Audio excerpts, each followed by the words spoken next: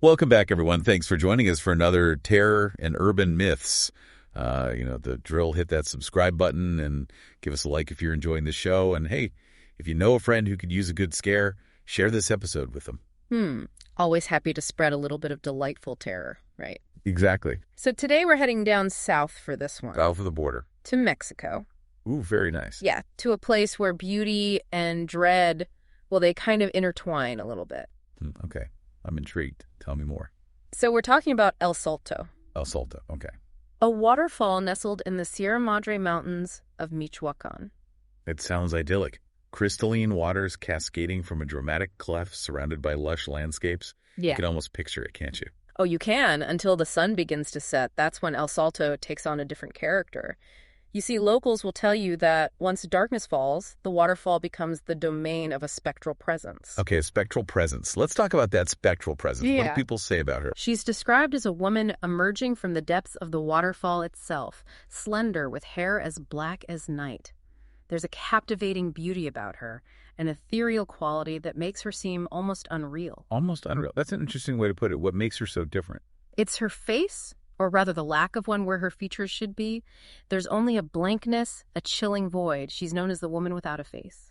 That's a truly unsettling image. Yeah. It makes you wonder what happened to her, doesn't it? Why she lacks a face. There are many interpretations. Some believe that she's searching for something precious lost within the falls, perhaps a treasure or even a piece of her own soul. It's this eternal search that binds her to El Salto. So we have this captivating yet faceless woman, eternally searching for something lost in a place of striking natural beauty. But the legend doesn't end there, does it? No, it doesn't. As with many legends, there's a cautionary tale woven into it. The story goes that a group of young people, ignoring the warnings of locals, decided to camp near the waterfall. They were drawn to its beauty, oblivious to the darkness that might lurk beneath the surface. This is where things take a darker turn, I imagine. As night descended, an unnatural silence fell over the campsite. It was then that the woman appeared, seemingly rising from the mists near the base of the waterfall. She was bathed in a ghostly light, her form striking her hair like flowing obsidian, but her face, it was that same terrifying emptiness. It's hard to imagine witnessing something like that and not being completely shaken. The experience left them terrified. They fled El Salto, forever marked by what they had seen. Some say they weren't so fortunate as to escape unscathed. There are whispers of those who felt ill-consumed by fever and nightmares. Others, unable to cope with the memory of the encounter, lost their grip on sanity.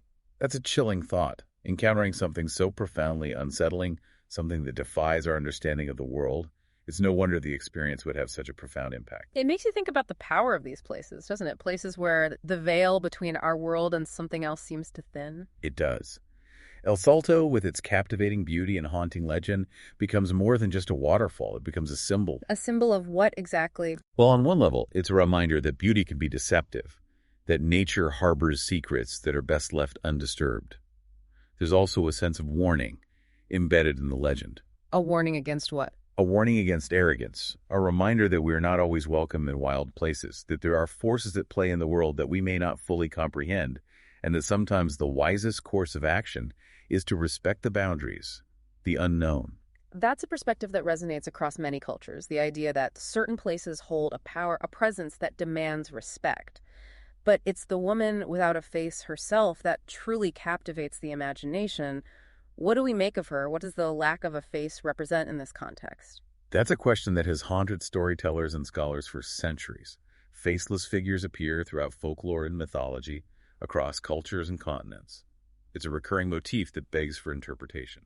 It makes you wonder, what about the human face is so fundamental to our understanding of identity, of personhood? To lack a face is to be stripped of something essential, wouldn't you say? Absolutely. The face is how we recognize each other, how we communicate, how we express our emotions. To remove the face is to remove a part of our humanity, our ability to connect with the world around us. And that's where the true terror of the woman without a face lies, isn't it? Not just in the visual, but in the existential dread. She embodies the fear of losing ourselves, of becoming something unknowable, something other. It's a powerful concept, the fear of losing our identity, our connection to the world, and it's something that the woman without a face embodies in a truly visceral way. It makes you wonder if there are deeper layers to this legend beyond the surface level of fear and warning. Could there be a sense of tragedy to her story as well? There could be. Remember, she's said to be searching for something lost.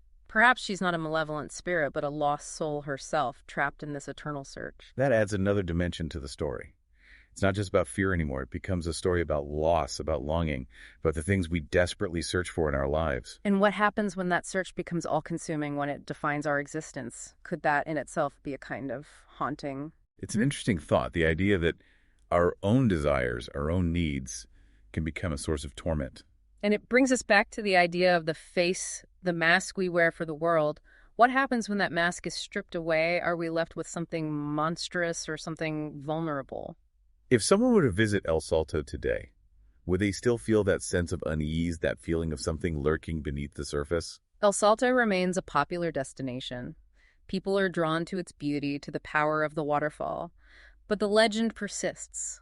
Locals will tell you to be cautious, especially as dusk approaches. There's a sense of respect for the story, for the power that the place is said to hold. It's as if the legend itself has become intertwined with the physical landscape. Absolutely. The waterfall, the cliffs, the surrounding forests, they all become imbued with the weight of the story.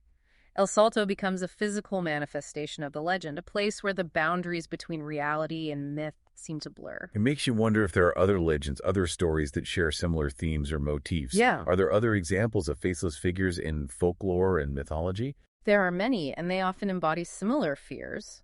The fear of the unknown, the fear of losing our identity, the fear of encountering something that defies our understanding of the world. Think of creatures like the Slender Man or the Naprabo in Japanese folklore. They tap into that same primal fear of something inhuman lurking just beyond our perception. And it's not just about the fear factor, is it? These stories often serve a deeper purpose, don't they? They do. They can act as warnings, cautionary tales passed down through generations. They reflect societal anxieties, cultural taboos, things that a community fears or seeks to explain. So these stories, these legends, they're more than just entertainment.